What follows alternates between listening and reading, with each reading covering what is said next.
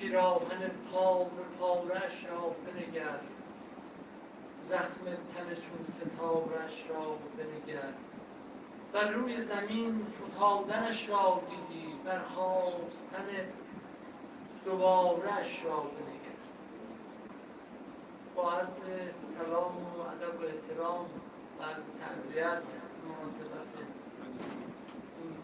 این ایام و لیالی محزون، من میخواستم شعر دیگری رو خدمت شما تقدیم بکنم از اقبال لاهوری، شعر نه چندان بلند اما بر تقدیر با شنیدن این قصیده بسیار شیوا و حقیقتاً یکی از زیباترین قصائد عاشورایی در طول تاریخ این قصیده استاد جناب آقای دکتر علیرضا غزنه بود که با این لحن حماسی و بسیار دلنشین براحت کردن و بهره‌مند شدیم. همینطور از صدای محزون و دلنشین جناب آقای دکتر ربانی دعا رو شنیدیم و من با اجازه شعر خیلی کوتاهی میخونم.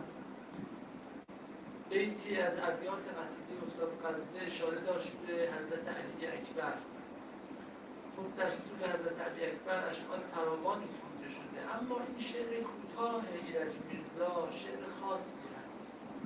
از این جهت که میگن مرحوم علامه طباطبایی وقتی که ایام محرم میشد معمولا روزخوان اهل سوز رو دعوت میکرد منزل و با تعداد خیلی اندک، یعنی شاید خودشون بودن و اعضای خانواده‌اش روزه رو میشنیدن و در یکی از اون نشست‌ها روزخوان این ابیات رو از ایرج میرزا خوند و وقتی به بیت پایانی رسید دیگه علامه عنان اختیار از کف داد و خیس اشک این عبارت رو فرمود که من حاضرم ثواب نگارش تمام تفسیر المیزان رو بدهم و ثواب این یک بیت رو با ایرج میرزا معاوضه بکنم. من این چند بیت رو خدمت شما میخونم. رسم است هر که داغ جوان دید، دوستان رأفت برند حالت آن داغ دیده را.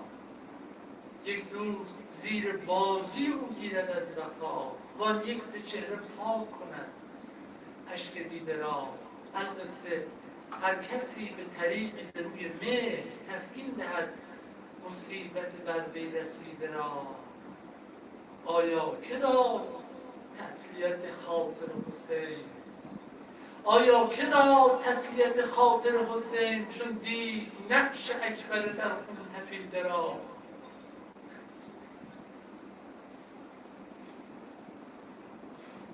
آیا که غمگساری و اندوه بر این رو لیلای داغ دیده مهنت کشیده را.